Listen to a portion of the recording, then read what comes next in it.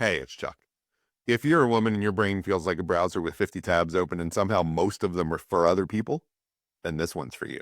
Let's dive into it. In the mid-1800s, Florence Nightingale didn't just help out in hospitals. She transformed nursing into a system. She used statistics, sanitation protocols, and staffing structures and logistics to radically improve survival rates. She proved that caregiving wasn't just kindness. It was organization, data, and operational thinking. Around the same time, Mary Seacole, a Jamaican nurse and healer, tried to join the official British Nursing Corps. She was rejected, and so she paid her own way to Crimea and built what was called the British Hotel. From there, she treated wounded soldiers, provided supplies, and even went out onto the battlefield after the fighting to care for the injured. Two women, two very different paths, but both demonstrated the same thing.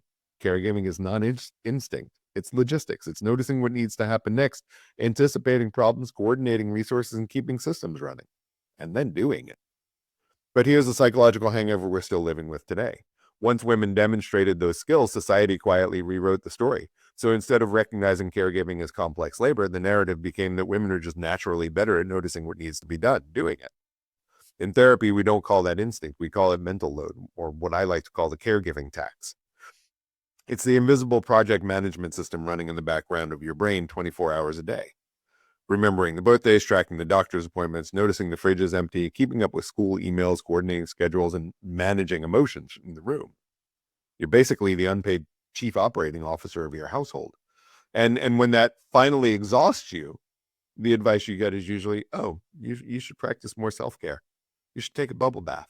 No, you're not fucking tired because you lack mindfulness. You're fucking tired because you're experiencing role strain. That's when the expectations placed on you exceed what one person can reasonably carry. So here's 3 steps to approach the problem in case you need it. Number 1, if you have to remind a grown-ass adult to do their part, you're still carrying the mental labor. Hand over the responsibility, not just the task. And if something gets missed, let natural consequences happen. Remember, boundaries are behavior, not speeches. Number 2, write down everything you track mentally in a typical week. When it's written out, people can actually see the workload. Number 3, when someone says, oh, it's like you were made to keep the house running, translate that correctly.